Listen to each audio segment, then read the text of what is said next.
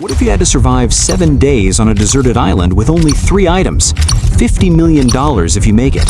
Most people would panic and break. But what if you didn't? What if you stayed calm and problem solved?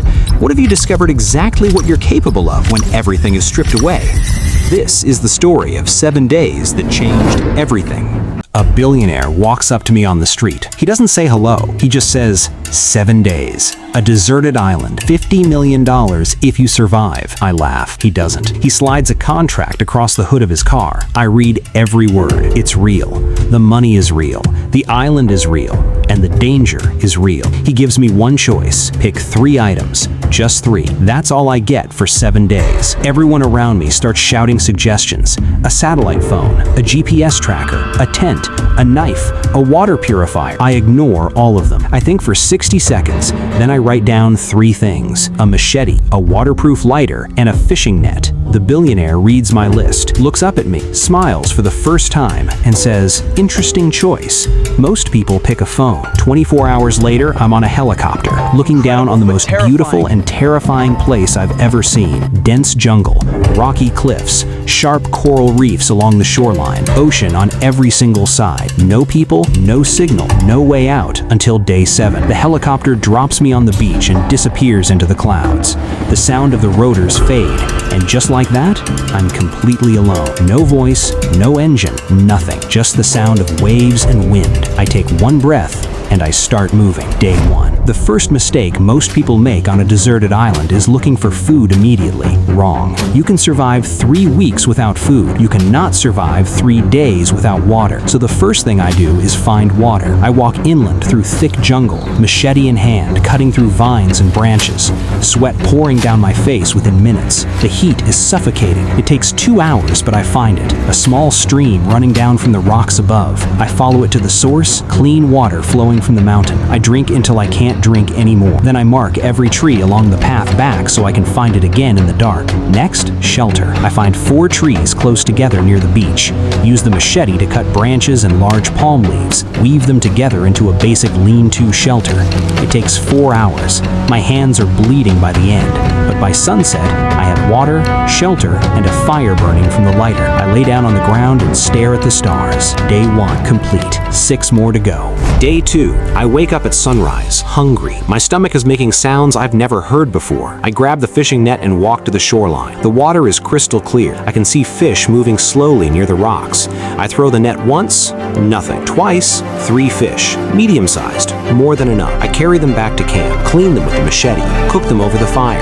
It's the best meal I've ever eaten in my life. By midday, I've explored the entire southern part of the island. I find coconut trees near the eastern cliff, wild berries growing along the jungle edge, a flat rock that sits in direct sunlight all day, perfect for drying and storing food. Day 2, I feel good. Too good. I start thinking this might actually be easy. That thought almost gets me killed on day 3. Day 3, a storm hits at midnight with no warning.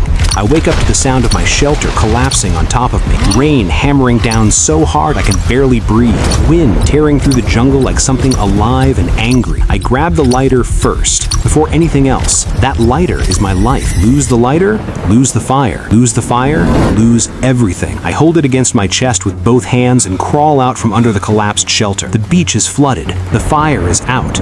I'm standing in complete darkness in the middle of a tropical storm with nothing but a machete and a lighter. For the first time since arriving, I feel genuine fear. Not nervousness, not discomfort, real fear. I spend 3 hours rebuilding the shelter in the dark and the rain, using only touch and memory, every knot, every branch. By 4 a.m., it's done. I crawl inside soaking wet, shaking so hard my teeth are chattering, but alive. Day 3 teaches me the most important lesson of the entire week. Surviving isn't about being prepared for everything. It's about staying calm when everything goes wrong. Day 4.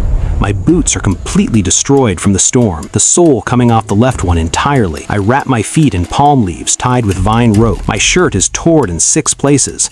I'm starting to look like I actually live here. The good news, food and water are no longer problems.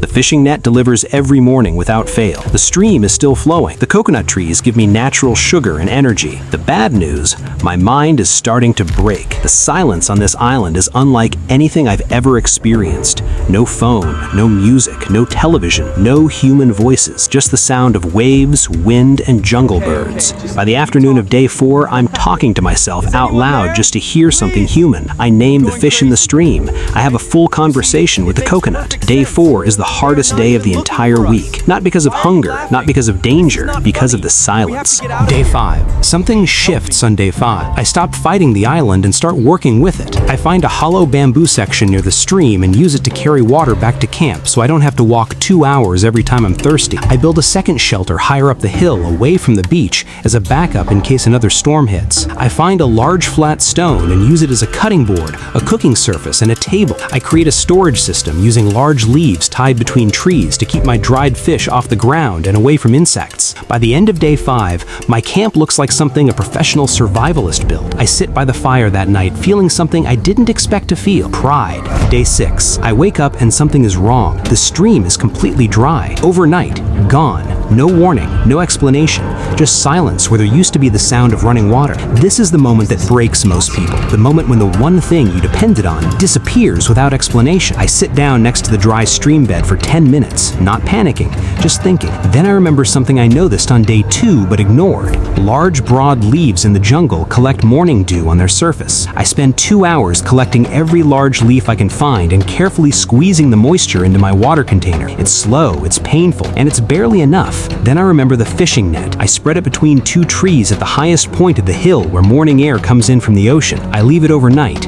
In the morning, condensation covering every inch of the net. I collect almost a full liter of water. Enough, just enough. Day 6 almost ends everything, but the fishing net, the item everyone told me was a waste of one of my 3 choices, saves my life for the second time. Day 7. I wake up before sunrise on day 7, walk down to the beach, sit in the sand, and watch the sky change color: black to deep purple, purple to dark blue, blue to orange, orange to gold. 7 days. I made it. I didn't just survive, I adapted. I problem solved. I stayed calm when everything fell apart around me. At exactly noon, I hear it. The helicopter lands on the beach, sending sand flying in every direction. The billionaire steps out, looks me up and down slowly. Torn clothes, sunburned skin, bare feet, scratches on both arms. He nods slowly, doesn't say anything for a long moment. Then he hands me a check, $50 million. The machete built my shelter and found my food. The lighter kept me warm and safe. But the fishing net fed me every single day and collected water when the stream disappeared. It was the item nobody would have chosen, and it was the item that saved my life twice. He smiles, gets back on the helicopter, and flies away. I stand on that beach for a long time. Some experiences don't just test you, they transform you, and all you have left is your mind. The machete, the lighter, fishing net. What 3 items would you have chosen?